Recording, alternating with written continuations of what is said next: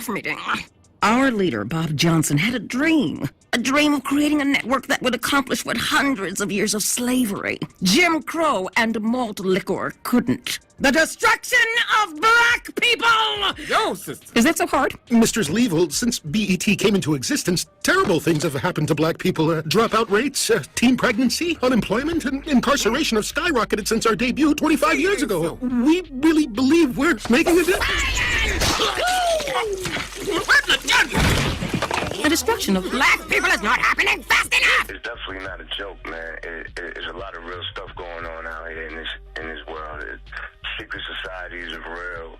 You know, it's definitely very obvious, you know, that they're at work and it's at play in the music industry. Yeah, talking about he's starting a hunger strike. Why? What did we ever do to him except try to destroy black people? What's the problem? This hunger strike will continue until BET is taken off the air, the office is shut down, and all its top executives commit Japanese ritual suicide.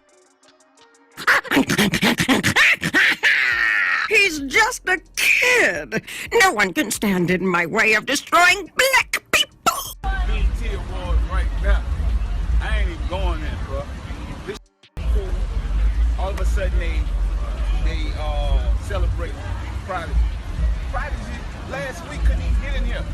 Couldn't get backstage. Over a decade ago, the Boondocks aired an episode where BET was basically portrayed as a death cult, with the executives literally talking about how their goal is to destroy black people through programming. It was satire, but barely. The characters were fictional, but the message was real. Black entertainment has been hijacked to dumb us down, push poison, and make money off pain. And when you consider that BET gave Diddy a Lifetime Achievement Award shortly before all those lawsuits dropped, you know what side they were working for. Now let's take it back to 2017 when Mobb Deep legend Prodigy died suddenly in a hospital, supposedly from choking on an egg. It was only after this death that people finally started taking Prodigy's warnings about the music industry seriously. Just like the Boondocks, Prodigy had been warning us for years about hip-hop being hijacked by shady corporations, pushing ignorance and silencing voices that speak truth. And get this, after Prodigy's death, BET posted tributes like they cared. But Master P called them out and said Prodigy wasn't even allowed to come to the BET Awards when he was alive. They blackballed him, just like they do to anyone who steps out of line. But once you're dead, they'll use your name for clicks. And if this sounds familiar, it's because it's the same thing the Boondocks warned about. BET pretending to represent the culture while actively poisoning it. And it's not a conspiracy theory when they show you in plain sight. So let's connect the dots between Prodigy's warnings, the Boondocks, and the way the industry silences anyone who gets close to the truth. Because when a cartoon is calling out the same system that a rapper warned us about before dying mysteriously, maybe it's time to stop laughing and start paying attention. Hunger strike. The NAACP announced this morning that it is asking its members to join the boycott to make the network more socially responsible.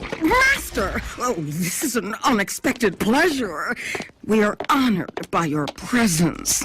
Okay, first of all, why do you always kneel when I walk in the room? That's just weird, so weird. Second of all, we gotta figure out this whole boycott thing, all right? It's killing us. Okay, let's first talk about an iconic episode of the Boondocks Season 2, The Hunger Strike. It's one of only 2 episodes in the series that directly takes aim at BET, portraying the network as an evil organization hell-bent on destroying the black community from the inside out. And here's the wild part. This episode was actually banned in the United States, and it only aired in Canada when it originally dropped in 2008. Adult Swim didn't officially broadcast it in the US until 2020, and even then, it flew under the radar. And here's why. The episode opens with a boardroom inside BET headquarters. The fictional president, Deborah Leavell, is leading a meeting where she declares BET's mission to systematically destroy black people through toxic programming. The plot centers on Huey Freeman, who goes on CNN to announce a hunger strike. His demand is that BET publicly apologize for its existence, shut down, and that every BET executive ends their own life. And the public relations? Mistress Leavell, we got one thing to report, alright? Some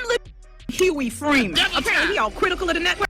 Talking about he's starting a hunger strike. Why? What did we ever do to him except try to destroy black people? What's the problem? This hunger strike will continue until BET is taken off the air, the office is shut down, and all its top executives commit Japanese ritual suicide. He's just a kid. No one can stand in my way of destroying black people. Especially not Huey Freeman. Huey teams up with Rollo Goodlove, a preacher-like activist played by CeeLo Green. At first, Goodlove seems legit. He leads rallies, gives speeches, and pushes for a boycott of BET. But as always, the Boondocks shows how even resistance can be co-opted. Leavell offers Goodwill his own BET show, and he folds instantly. Huey then ends the hunger strike, and the system wins again. Oh, and pay attention to how Rollo tells Huey he's having dinner with Puffy and invites him over. Call Goodlove. Set up a meeting! It was in the news that I first heard the boycott had ended. The details were sketchy, but there was no mention of the network shutting down, nor of rituals. I feared I'd been had. A show? You sold me out for a show? Damn it, Huey. You can't change BET from the outside. You got to change it from the inside. This is victory, brother. Now my message, our message, will get to the people. It's a sitcom called My Dad Rollo. Do you have any idea how hungry I am? You think I want my own sitcom, Huey? No, I really don't. But you can catch more flies with honey than you're ever gonna catch with vinegar. And brother Huey, laughter is that sweet, sweet honey. Oh, Lord, child. Have mercy. Just gonna be next. So you might as well get that money while you bullshit. Boy, stop. Boy, just stop. Go get something to eat. Me and Puffy haven't done at the chateau. You know you're welcome to come. Basically, the Boondocks was telling you Diddy was a gatekeeper from the start. And it goes further. See, the character of Deborah Leavell was based on a real person, Deborah L. Lee, the chairman and chief executive officer of BET. And here's where things connect deeper. Deborah Lee has been close to Diddy for years. And apparently, that's the reason Diddy was given the BET Lifetime Achievement Award just months before Cassie's lawsuit dropped back in 2023. All right, now let's bring Prodigy into the picture. Prodigy tried to warn us time and time again that the media, the labels, the award shows, they're all part of the same machine. He was the first rapper to publicly talk about the Illuminati, and he believed there was a small group of elites working to manipulate, exploit, and control people and silence the ones who spoke out. It's all in front of your face, you know what I'm saying? Once people just learn about it and do a little research about it all, they'll be able to see like, oh wow, I understand what's going on, you know what I mean? You know, I wanted to show them that I still had no fear in my heart, you know, about speaking my mind and letting people know what time it is. There's no reason for me to fear because it's really nothing. There's nothing they can do besides kill me, and I'm not afraid of that. You know what I mean? Like, I don't think right now they're at the point where they would take it that far. I think they, like this plan that they got into effect, and it's been in effect for hundreds of years or whatever. I think it's so embedded in people's brains now. They got people so brainwashed in this world that they don't even really care anymore. It's at the point where they got it so far, like I said, they don't even care. They put it all in our face.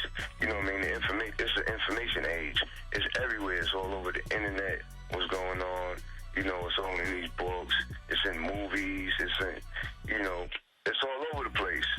And they got people so brainwashed, you know what I mean, with all the, you know, fashion and, you know, jewelry, especially like in the hip-hop world, you know, in the hip-hop community, in the urban communities where I come from, you know what I mean? They got us so brainwashed with fashion, jewelry, and and sex and all this stuff. We don't even care to even think about what's going on. You know what I mean? Like a lot of the people that I'm around, like I look at them sometimes, and all they're concerned about is what I just said, like the fashion, the jewelry, the sex, all the stuff that is materialistic and stuff that like is not gonna do nothing for their soul or their life. But Prodigy didn't just accuse industry elites of controlling narratives or selling out for profit. He went much further. He alleged that the Illuminati weren't just corporate puppet masters, but were involved in deeply disturbing crimes. He believed there were secret societies embedded in the entertainment industry, protecting PDF files, silencing whistleblowers, and orchestrating scandals to distract and destroy. Ritualistic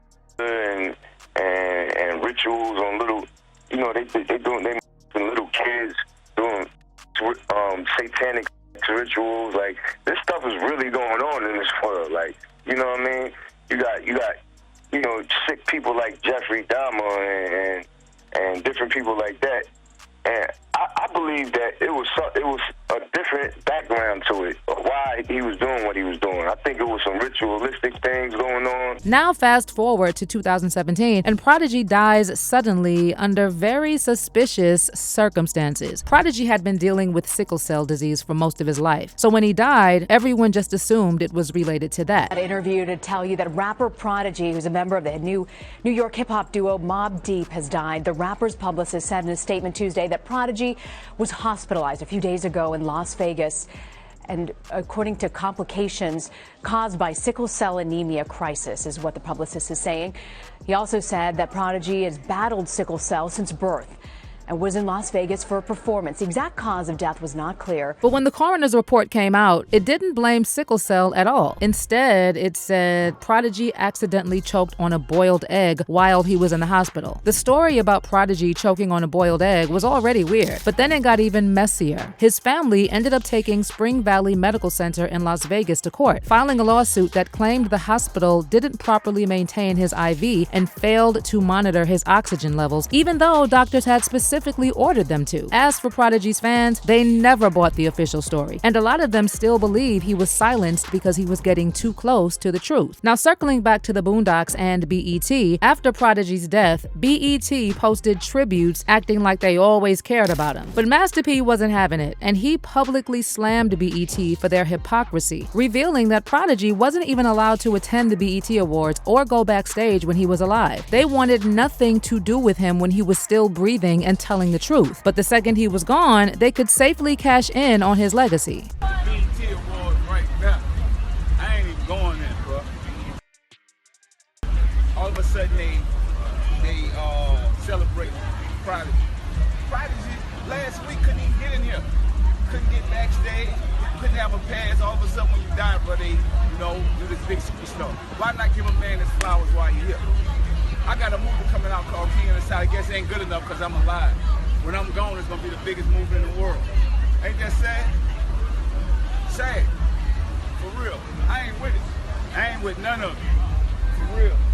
I ain't with it. That man couldn't probably get a show last week. Couldn't get nothing. All of a sudden, he the man. They changed their whole program to dedicate to this man. It's embarrassing. They probably don't even know who Mobb Deep is. Rest in peace, homie, man.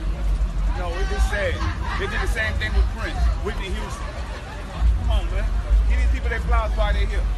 So let's put the puzzle together. The Boondocks warned us years before about BET acting as a cultural assassin dressed up in black excellence, and the show was silenced for it. And then Prodigy warned us too, and he was blackballed and later died a suspicious death. And right in the middle of all this was Diddy, always smiling, always celebrating black culture, always connected to the same power structures that suppress voices like Prodigy's. The Boondocks didn't just entertain, it predicted, it decoded, it warned. And Prodigy wasn't just rapping, he was dropping truth they didn't want you to hear. So let me ask you, do you think the Boondocks was onto something with that episode about BET? Was Prodigy silenced for speaking too much truth about the industry and the Illuminati? And how deep do you think Diddy's role really goes in all of this? Leave your thoughts in the comments, and I'll catch you in the next video.